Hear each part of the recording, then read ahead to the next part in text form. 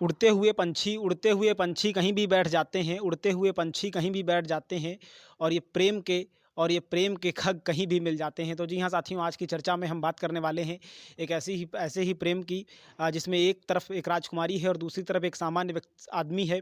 एक सामान्य सहयोगी है और इसके बाद में दोनों दोनों की प्रेम कहानी शुरू होती है और इसके बाद में प्रेम परवान चढ़ता है और दोनों का विवाह होता है और एक सामान्य युवक उस राजमहल का महाराज होता है। तो जी हाँ साथियों, आज की चर्चा में हम बात करने वाले हैं राजस्थान राज्य की राजकुमारी, या यूँ कहें कि जयपुर राजघराने की राजकुमारी और आज के राजस्थान के मुख्यमंत्री दिया कुमारी जी की। तो जी हाँ साथियों, दिया कुमारी के साथ भी कुछ कुछ ऐसी ही घटना है। उनका भी जो प्रेम रहा है वो किसी फ़िल्मी कहानी से कम नहीं है।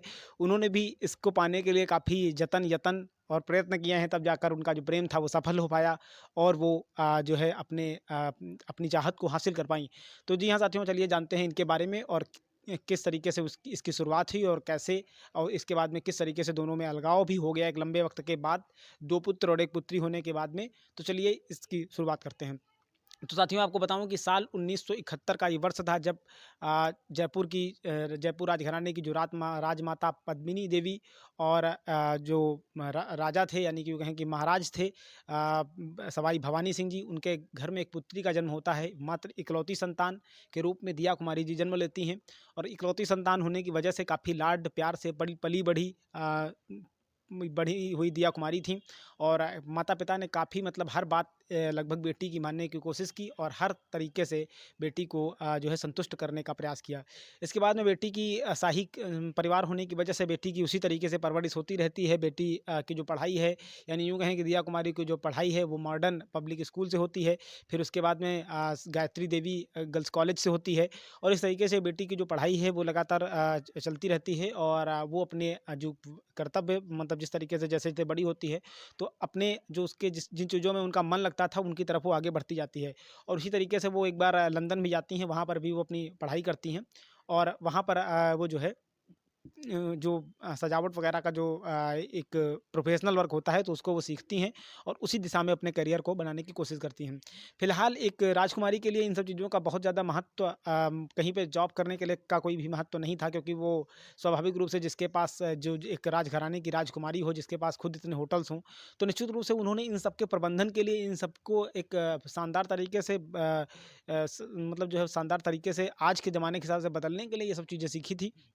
और इसी दौरान वो जो है अपने यहाँ एक बंदे को, उनके जो पिताजी होते हैं, तो उसमें वो मतलब एक बंदे को अपने यहाँ रखती हैं सीए के तौर पर, और या यूँ कहें कि कंसल्टेंट के तौर पर। तो वो वहाँ पर मतलब जो है उनको रखती हैं और उनको रखने के दौरान ही मतलब वो सब चीज़ें समझती हैं और अब हर चीज़ को मतलब वो जो है जानना एक दूसरे से बातचीत हो जाती है। और ये शख्स का जो ये बंदा वहाँ पे आता है, तो इनका नाम होता है नरेंद्र सिंह राजावत। तो जी हाँ, नरेंद्र सिंह राजावत के साथ में जो राजकुमारी होती हैं, तो ये काफ़ी मतलब जो है घुल-मिल जाती हैं और धीरे-धीरे मतलब बहुत सारी चीज़ें आपस में बातचीत वगैरह होने लगती है। अब इस तरीके से ये साल 1989 में का ये दौर था। तब जो है धीरे-धीरे कहीं न कहीं आपस में मतलब बातचीत शुरू हुई और इस तरीके से जो प्रेम की जो किरण थी वो निकलने लगती है। और इस तरीके से धीरे-धीरे मतलब जो बातें हैं वो होने लगती हैं। इसके बाद में 2-3 महीने की ट्रेनिंग के बाद में, समझने के बाद में, वो जो नरेंद्र सिंह राजावत जी थे वो चले जाते हैं। लेकिन उनके जाने के बाद भी वो जो एक चाहत की जो उमंग थी वो समाप्त नहीं होती है और धीरे-धीरे कहीं न कहीं वो चीज़ें अंतर्मन में राजकुमारी के हिलोरे मारने लगती हैं। वो कहते हैं ना कि प्रेम होता ही ऐसा है जिसमें जो ये चीज़ें होती हैं, मतलब कि ऊँचा-नीचा का कोई भी भेद नहीं होता है। इसमें जात, पंथ, मज़हब का भी कहीं कोई भेद नहीं रहता है, ये तो बस हो जाता है। तो कुछ वैसा ही महफ़िल कर रही थी राजकुमारी और ये सब चीज़ें जो चीज़ें हैं चलती रहती हैं। हालाँकि नरेंद्र सिंह राजावत भी क्षत्रिय कुल से आते हैं। वो भी ऐसा कहा जाता है कि वो भी ठाकुर परिवार से ही आते थे। लेकिन दोनों के गोत्र जो थे वो एक नहीं थे। गोत्रों में जैसा कि सभी जातियों में होता है, अगर कोई ब्राह्मण है, कोई ठाकुर है, कोई वैश्य है, तो सब में जाति और गोत्र होते हैं। गोत्र के हिसाब से ऊँचे और नीचे लोग माने जाते हैं। तो कहीं न कहीं ये सभी चीज़ें मतलब जो चीज़ें थीं वो चल रही थीं और इसके बाद अंततः घर में मतलब जो है कहीं न कहीं दोनों डर रहे थे कि किस किस तरीके से अगर हम घर में कह देंगे तो कोई नाराज़ हो जाएगा, घर में बगावत हो सकती है। क्योंकि माता कहीं न कहीं चाहे माता-पिता तो निश्चित रूप से यही चाहते हैं कि हम बेटी का जो रिश्ता है वो अपने से ऊँचे कुल में करें, अपने से ऊँचे लेवल पे करें और ऐसी जगह करें जहाँ और ज़्यादा नाम हो, एक और बड़ा साम्राज्य उसे मिले, ताकि मतलब जब कहीं भी चर्चा हो, कहीं भी बातचीत हो तो ऐसा लगे कि हाँ, मैंने उस कुल में, उस खानदान में या उस रियासत में अपनी पुत्री का विवाह किया है, जिसका डंका चारों तरफ बजता है और उसकी इतनी पहुँच है। इस तरीके से मतलब सभी सभी माता-पिता कहीं न कहीं इस चीज़ को ध्यान में रखते हैं, भले ही वो एक आम लोग हैं या फिर वो तो मान लो राजकुमार ही थे, और ये अगर आम लोगों में बात करें तो भी ऐसी चीज़ें होती हैं कि लोग सोचते हैं कि हम अपनी पुत्री का विवाह है ऊँचे से ऊँची जगह में करें, ताकि उसे किसी भी तरीके का उसके रुतबे में कोई कमी ना हो और उसका जो रुतबा है और साथ-साथ जो माता-पिता भी को भी बताने में ये दिक्कत ना हो कि बहुत बड़े लेवल पे शादी की हुई है। लेकिन राजकुमारी को इससे कुछ लेना-देना नहीं था, उनका कहना था कि मैंने सिर्फ़ एक अंतर्मन के व्यक्ति को जो है पसंद किया है। हालाँकि वो ये सब चीज़ें बताने में कहीं न कहीं दबती थी और उन्होंने इस बात को छिपाए रखा और इस तरीके से धीरे-धीरे ये कहानी चलती रही। ये इसमें उतार-चढ़ाव होते रहे, दोनों महल में नहीं, दोनों महल से बाहर, ताकि समाज को ये चीज़ें पता ना चलें। वो महल से बाहर दूर जाकर ये कहीं मिलते थे, आपस में मतलब बैठ कर के बातचीत वगैरह करते थे। इस तरीके से ये यात्रा जो थी, जो प्रेम यात्रा थी, वो धीरे-धीरे चलती रहती है और दोनों छिप-छिप कर कहीं न कहीं मिलते रहते हैं। अब इसके बाद जब ये चीज़ें हो जाती हैं तो काफ़ी ये इन दोनों को ऐसा लगता है कि नहीं, हमें एक-दूसरे को चुन लेना चाहिए, क्योंकि राजकुमारी ने जैसा कि अपने ब्लॉग में लिखा था कि हमने इससे ऊपर का सोचा था और एक यंग जनरेशन का, उस दौर की यंग जनरेशन होने की वजह से उनको लगता था कहीं न कहीं कि हम क्यों इन चीज़ों में पड़ें और हम क्यों इन चीज़ों में बंधें।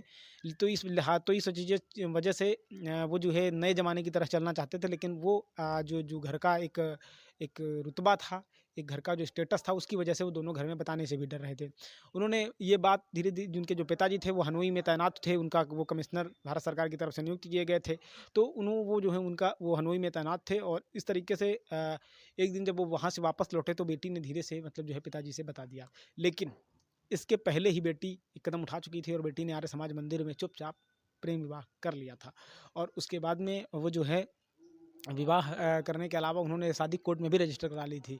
लेकिन उन्होंने ये कहा घर में कि हम मतलब जो है हम जो है इनको पसंद करते हैं और हम आपस में मतलब जो है जुड़ना चाहते हैं। तो घर में पहले विरोध हुआ, काफ़ी विरोध हुआ। लेकिन क्योंकि घर में कोई भी हो, पहले बताने में कहीं न कहीं एक दबता है, बताने में कहीं न कहीं उसको दिक्कत होती है। तो इन चीज़ों को उन्होंने मतलब जो है बताने से परहेज़ किया। फिर इसके बाद में माता गायत्री देवी जी से जिससे वो और ज़्यादा दबती थीं।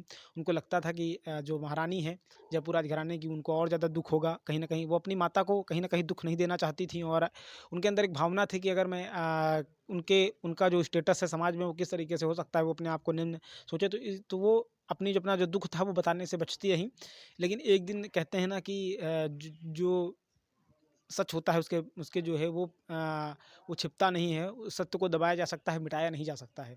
तो कुल मिलाकर के इसी इसी तरीके से जब वो उनको जो है मिटाने की बात आई तो उन्होंने उस सच सच को कितना भी उन्होंने मिटाने की कोशिश की, लेकिन अंततः एक न एक दिन ऐसा आया जब उन्होंने अपने मुँह से कह दिया कि महारानी जी से कह दिया कि महारानी या माताजी, मैं मतलब जो है इनको अपना दिल दे बैठी हूँ और इनसे ही अब मैं विवाह करूँगी। ये सुनते ही जो राजमहल था उसमें कहीं न कहीं वहाँ पे सन्नाटा छा गया, एक तूफ़ान सा खड़ा हो गया, क्योंकि एक राजकुमारी और कहीं उसी के अंडर में काम करने वाला एक इतने बड़े जो महल की साम्राज्ञी हो, पहले जो एक इतने बड़े साम्राज्य का मालिक जिसके पूर्वजों से की थाती जिसको मिली हुई हो, उसके घर की बेटी अगर ये फैसला ले ले तो कहीं न कहीं दुःख होना और माता-पिता के जो सपने होते हैं उनको टूटना लाज़िमी था। लेकिन अंततः बेटी ने बताया और कहा कि हम अब माताजी हम जो है इसमें आगे बढ़ेंगे। ये सारी चीज़ें उन्होंने अपने ब्लॉग में ही खुलासा की हुई हैं और इस तरीके से मतलब जो ये कहानी थी अंततः उन्होंने मतलब जो है बताया। अब बताने के बाद में ये चीज़ समाज में जब पता चली, जो राजपूत समाज था, जब राजपूतों को ये चीज़ पता चली तो उन्होंने मतलब जो है इस बात को लेकर के काफ़ी हो हल्ला कटा और अंततः एक ऐसा हुआ कि जो जो भवानी सिंह राजपूतों का जो एक संगठन था उसके प्रमुख पर बैठे हुए थे, उनको अपना इस्तीफ़ा देना पड़ा। समझिए यहाँ तक नौबत आ गई थी, क्योंकि दोनों संगोत्री नहीं, दोनों का गोत्र जो था वो ऊँचा-नीचा का फ़र्क था। इस वजह से उन्हें ये लगा कि ये मतलब जो है बेटी ने जो कदम उठाया है उसको उस मतलब उसको उसने मतलब जो महाराज की बेटी ने जो कदम उठाया है वो गलत है और इनको अब इस पथ पर नहीं रहना चाहिए और अंततः राजपूत समाज का जो एक संगठन था उससे जो है भवानी सिंह को अपना इस्तीफ़ा देना पड़ा और इस तरीके से ये चीज़ जो थी वो और ज़्यादा बढ़ जाती है। अब इसके बाद में जो सवाई जयसिंह का एक महल था, वहाँ पर दोनों की फिर से मुलाकात होती है और दोनों आपस में मतलब जो है इस बात को बताते हैं कि आप अपने घर में बताएँ और कहीं न कहीं देखते हैं कि क्या आगे जो तुम्हारे घर वाले हैं वो राज़ी होते हैं कि नहीं होते हैं। तो इसके बाद नरेंद्र सिंह राजावत भी अपने पिता को ये बात बताते हैं कि पिताजी, हम आप इसका तरफ जाना चाहते हैं, मतलब हम इनसे विवाह करना चाहते हैं और हमारा ये कदम होने वाला है। तो पिता इस बात को विरोध करते हैं, हालाँकि दोनों शादी पहले ही कर चुके थे, लेकिन उस विरोध को कहीं न कहीं एक जो चीज़ थी उससे कहीं न कहीं एक डर था और उसी डर की वजह से दोनों कह नहीं पा रहे थे। लेकिन अंततः अपने पिता से उन्होंने कहा, नरेंद्र सिंह राजावत ने, कि पिताजी हम मतलब जो है हमने राजकुमारी से मतलब विवाह कर लिया है। और इसके बाद काफ़ी विरोध हुआ, उनके पिताजी उनसे नाराज़ भी हो गए, लेकिन अंततः मोहब्बत की जीत होनी थी, वो होनी थी, वो पहले से तय थी। और इस तरीके से फिर आखिरकार दोनों परिवारों ने मिल बैठकर बात की, क्योंकि जो भवानी सिंह थे और नरेंद्र सिंह जो राजावत के पिताजी थे, ये दोनों के पिता आपस में पहले से एक दूसरे को जानते थे, बस फर्क था कुल का। और कहीं न कहीं उनकी माता का जो एक साम्राज्य का जो सपना था कि मेरी बेटी का जो रुतबा है वो और ज़्यादा बढ़े, वो कि साम्राज्य की महारानी हो। तो इस तरीके से भले ही मतलब आज के दौर में सरकार ने उस स्टेटस को डाउन कर दिया है, लेकिन अंतर्मन में कहीं न कहीं ये बात रहती है। तो उसी को ध्यान में रखते हुए कहीं न कहीं इन चीज़ों को उन्होंने मन में सोचा। और लेकिन फिर अंततः जो समाज था वो हार गया और इश्क था वो जीत गया। तो इसके बाद में जब ये चीज़ होती है तो अंततः फिर साल 1997 में धूमधाम से जो खुल के मतलब जिस तरीके से विवाह होता है, फिर इसके बाद में दोनों की शादी हुई। और उसके बाद में जब शादी हो जाती है तो उसके बाद में दोनों रहने लगते हैं। और जयपुर की जो राजकुमारी थीं, वो जो मतलब अपने पिता की इकलौती संतान थीं, उनसे 3 संतानों का जन्म होता है। पुत्री गौरवी सिंह का, पुत्र लक्षराज सिंह और पुत्र पद्मनाभ सिंह। तो इस तरीके से एक राजकुमारी और जो उनके मतलब उस वक़्त तब तक जो महाराज घोषित कर दिए गए थे नरेंद्र सिंह राजावत जी, उनसे जो है 3 संतानों का जन्म हुआ। उसमें नरेंद्र सिंह चाहे वो मतलब जो है पद्मनाभ सिंह हों, चाहे वो लक्षराज सिंह हों और चाहे वो गौरवी सिंह हों। तो इस तरीके से राजकुमारी ने मतलब जो है 3 संतानों को जन्म दिया और अंततः ये चीज़ आगे बढ़ने लगी। अब बात करते हैं कि उन्होंने किस तरीके से राजनीति की तरफ मुँह मोड़ा, जो पहले मतलब वो इन चीज़ों से अलग थीं। लेकिन उसके बाद में उन्होंने अपनी जो दादी थीं, गायत्री देवी, तो उनकी परंपरा को आगे बढ़ाते हुए अंततः उन्होंने जो है भारतीय जनता पार्टी को जॉइन किया। साल 2013 में जब प्रधानमंत्री नरेंद्र मोदी का एक तूफ़ान देश में चल रहा था, या यूँ कहें कि मोदी लहर चल रही थी, तो उसी दौरान उन्होंने भारतीय जनता पार्टी को जॉइन किया। और भारतीय जनता पार्टी जॉइन करने के बाद वो जो है वहाँ से सांसद बनी और राजसमंद सीट से। और इस तरीके से 13 से 18 तक वो सांसद रहीं। इसके बाद दोबारा उन्होंने चुनाव लड़ा, फिर जीतीं। और इसके बाद में इस बार उन्होंने जो है उनको जो है विधायक सांसदी का इस्तीफ़ा दिला करके उनको जो है विधायकी लड़ाई गई जयपुर से ही। और उसके बाद में जब उन्होंने इस विधायकी लड़ी तो वो फिर से जीती। और जीतने के बाद पहले तो ये हो रहा था, क्योंकि जिस तरीके से उन्होंने ज़मीन पर काम किया था तो उस तरीके से जनता के बीच में उनकी भी लहर थी। और लोगों की, उनके जो समर्थक थे, उनकी मांग थी कहीं न कहीं कि उन्हें जो है इस राज्य का मुख्यमंत्री बनाया जाए। क्योंकि पहले तो वसुंधरा राजे पहले ही मुख्यमंत्री रह चुकी थी, लेकिन अंततः कहीं न कहीं ये चीज़ें थीं कि जनता के मन में मतलब मांग थी कि उनको हटा करके इस बार इन्हें बनाया जाए। तो पहले बहुत नाम उठा, काफ़ी चीज़ें हुई। ऐसा लग रहा था कि हो सकता है दिया कुमारी ही मुख्यमंत्री हो जाएँ। हालाँकि लिस्ट में बहुत कई नाम थे, उसमें बालकनाथ योगी जी का भी नाम था, उसमें वसुंधरा राजे का भी नाम था, उसमें किरोड़ी लाल मीणा का भी नाम था और उसमें गजेंद्र सिंह शेखावत का भी नाम था। लेकिन अंततः बनना था भजन लाल शर्मा को, तो इन सब के नाम पीछे हो गए। लेकिन यहाँ दिया कुमारी को, बाकी लोग तो कैबिनेट में भी अब जगह बना पाते हैं, नहीं बना पाते हैं, तो कैबिनेट विस्तार होने के बाद ही पता चलेगा। लेकिन जो दिया कुमारी थी, उन्हें इस राज्य का उप मुख्यमंत्री घोषित कर दिया। तो यानी एक राजकुमारी बाद में एक राज्य की उप मुख्यमंत्री बन गई। लेक और इस तरीके से मतलब अगर देखा जाए तो उन्होंने मतलब एक सामान्य व्यक्ति को जो के साथ जिस तरीके से विवाह किया, तो उन्होंने वाक़ई में मिसाल दी।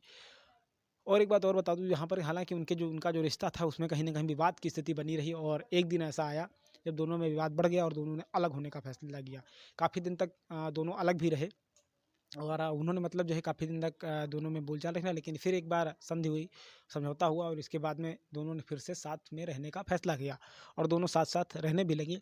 लेकिन कहते हैं कि जब रस्सी में मतलब जब टूट जाती है तो उसमें उसको जुड़ने के बाद वहाँ पर गाँठ पड़ती है। तो इस तरीके से जब ये चीज़ें चल रही थी तो उसी दौरान मतलब जो कुछ जो चीज़ें रह जाती हैं, कुछ जो बातें मन में रह जाती हैं, तो उनको लेकर के टीस होती है, तो वो बार-बार कहीं न कहीं निकलती है। तो इसी तरीके से फिर एक बार फिर से विवाद हुआ और ये विवाद हुआ साल 2019 में। और इसके बाद में नरेंद्र सिंह जो राजावत जी थे और जो मौजूदा यानी कि जो राजकुमारी दिया कुमारी जी थी, इन दोनों ने पुनः मतलब ये फैसला किया कि अब हम जो है साथ में नहीं रहेंगे और अंततः दोनों ने तलाक के लिए अर्जी दी। यानी कि वो प्रेम जो इतनी कशमकश और यूँ कहें कि इतना रोमांचक तरीके से शुरू हुआ था, वो प्रेम कहानी जो इतने रोमांचक तरीके से शुरू हुई थी, उसका जो अंत था वो तलाक के रूप में होने वाला था और अंततः जो है 3 महीने 4 महीने की सुनवाई के बाद कोर्ट ने उनकी तलाक की अर्जी मंजूर कर ली और दोनों ने कुल मिलाकर के अलग रहने का फैसला किया। तो फिलहाल राजकुमारी दिया कुमारी अब अपने पति से ऐसा कहा जा रहा है कि फिलहाल अलग ही रहती हैं और उनके जो पुत्र हैं लक्षराज सिंह और वंदनाम सिंह उनको जो है युवराज घोषित किया गया है। और कह रहे हैं कि कहते हैं कि गौरवी जो पुत्री गौरवी सिंह है उनका जो विवाह है वो ज्योतिरादित्य सिंधिया के पुत्र से होने के लिए निश्चित हुआ है। तो इस तरीके से एक जो राजकुमारी थी उसने कहीं न कहीं अपने प्रेम के लिए एक आम अपनी जो राजमाता थी उनका जो स्टेटस था या यूँ कहें कि उनका जो ओहदा था अपना जो उनका ओहदा था उसको नज़रअंदाज किया और अंततः वो जो है उस मुकाम तक मतलब उन्होंने अपनी पसंद को हासिल किया। तो कुल मिलाकर के ये प्रेम है जो किसी न किसी मतलब ये जो है पद और प्रतिष्ठा और ये सब चीज़ें का इससे कोई मतलब नहीं होता है और इसका मतलब जो है कि हम ऊंचे लेवल पर हैं या कोई नीचे निम्न लेवल पर है उसका इससे भी कोई लेना देना नहीं होता है और अंततः वो उसे प्राप्त करने में सफल हो जाता है जो उसके मन में होता है। तो साथियों आज की इस परी कथा में रखते हैं इतना ही, मिलते हैं फिर किसी अगली जगह से और अगले समाचार के साथ। तब तक के लिए हमें दीजिए इजाज़त। आप सभी ने इतनी देर तक देखा इसके लिए आप सभी का बहुत बहुत धन्यवाद। Thank you very much. जय हिंद, वंदे मातरम। Okay bye.